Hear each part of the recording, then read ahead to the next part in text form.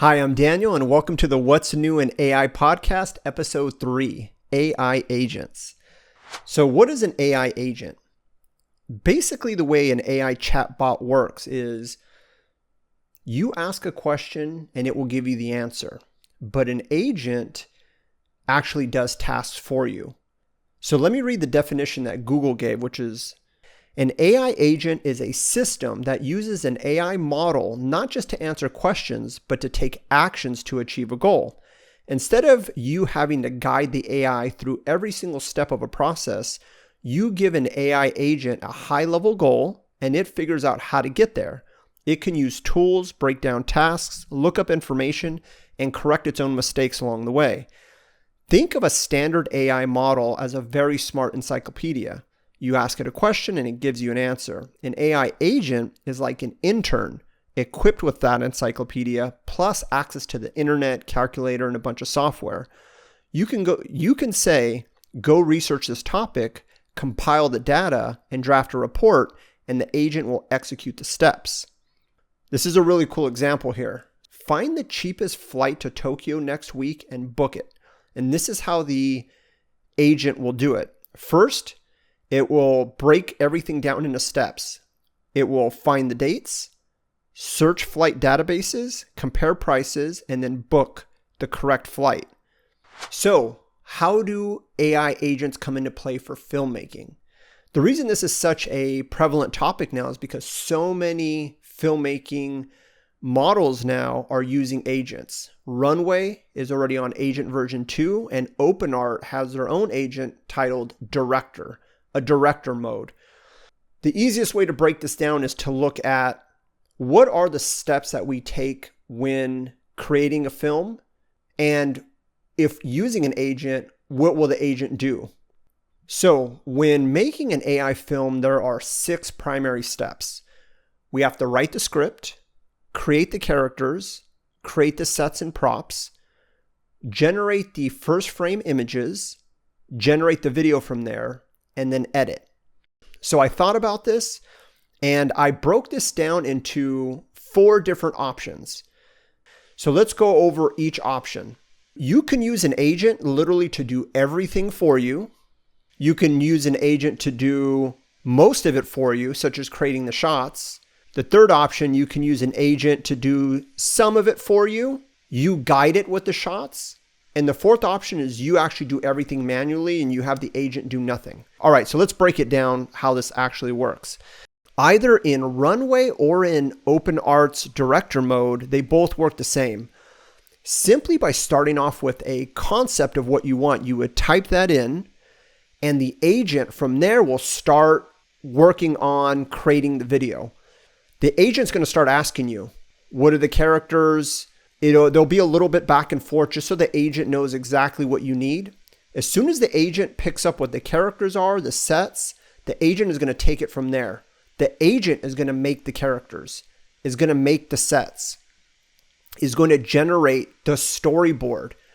It's literally going to write the story, then generate each shot, then frame each shot, and then generate the video from there. Now, the second option you have as far as an agent helping you is literally just having Seedance pick the shots for you. It's not exactly an agent doing all the work for you, but shots wise. So let's say step 1, you write the script. You create the characters and the sets. You now go into Seedance, and instead of generating the first frame of each shot, you just go into Seedance and you just tell it that you want a multi-shot video.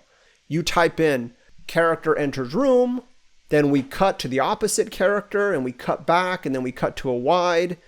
You can literally just prompt for everything and then Seedance takes it from there. So you're having a little bit more control. You're able to at least pick what you want for each shot, but you don't really know what it's going to look like. Seedance is choosing it. Option 3, you have a little bit more control. So in option 3, you write the story, the characters, and the sets.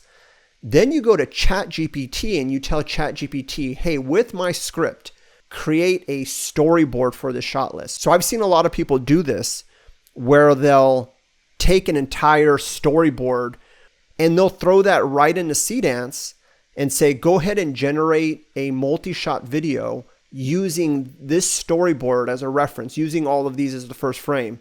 Boom, Seedance goes ahead and generates that video.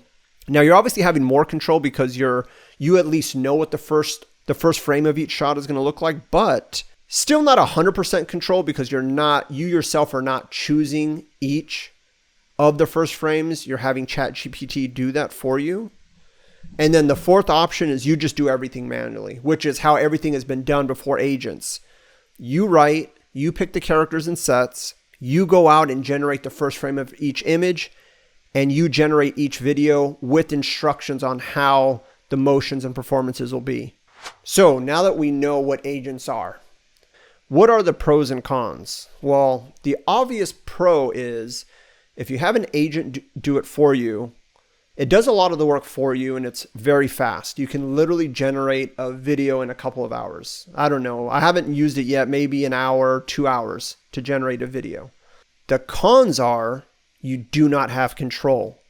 And I would say that the con definitely outweighs the pro because when you're trying to do this as a profession, if you're an artist and you're trying to make a film, hey, this is my film, it wouldn't make sense that you would give it up to the AI to completely create everything for you. You're not actually creating at that point. It's risky, especially if it's something important. You're going to enter a contest, you're going to put it up on your YouTube channel. What about the in-between? What if you have Seedance decide the shots or ChatGPT? To be honest, I would actually say the Seedance one works very well. As long as you have a very good first frame where Seedance can understand the environment so that when it cuts, Seedance does a very good job of recreating a different angle from that same environment. That's actually a very good thing. Yeah, Seedance is really good at that. And this is actually important for me as well because I've been very interested seeing all these videos about people saying, use an agent. I was able to create an ad or create a short film and look at my video. I just wrote in one prompt and I was able to get this 2-minute short film, in an hour. And it's very enticing. It's almost like this is exactly what a lot of the people who hate AI will literally say, you guys just typed in a prompt and generated a movie. Well, it has not been like that up to this point. Up to this point, every single decision has still been made by the filmmaker. We have to decide on every single factor. But when using an agent, that's not the case. You can literally just type in a paragraph and the agent will do the work for you.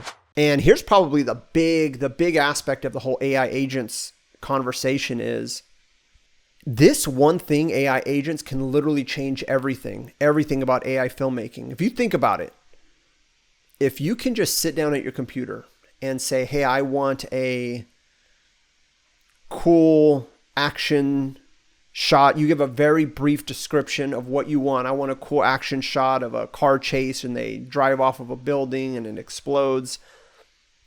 And you can say even, I want it in this specific style. I want it in this director style, famous Hollywood director style. If the agent is smart enough to take that information and then generate a video for you, you're going to have a ton of good videos on the internet now that all look great, that literally the AI is creating, that there's not real authorship. You don't have individuals spending the time of writing it, choosing all the aspects of the video, framing it. So that is probably the thing that I think about the most is there's going to be a time. I mean, even I've been hearing people talk about the conversation of like JS Films is talking about, there's going to be a time where you'll be able to prompt a whole movie. And yeah, that's absolutely true. They're literally going to become so good that they're going to be making videos. If you compare, if I spend 1 week making a video versus just telling an agent what to do and the agent makes the video better in 1 day, why would I spend 7 days? So yeah, agents are going to be the way in the future, I imagine. So in conclusion, AI agents, are they good? Are they worth it? Not yet. They are cool, but they are not great right now. They're not very good right now, and it's not worth it using them. I think it's worth understanding how they work and maybe going in and generating a short video just to stay on top of how the agent workflow works. But it will not replace your workflow just yet. So that wraps it up for this episode. Thank you so much for watching What's New in AI episode 3, and we'll see you next week. Thank you.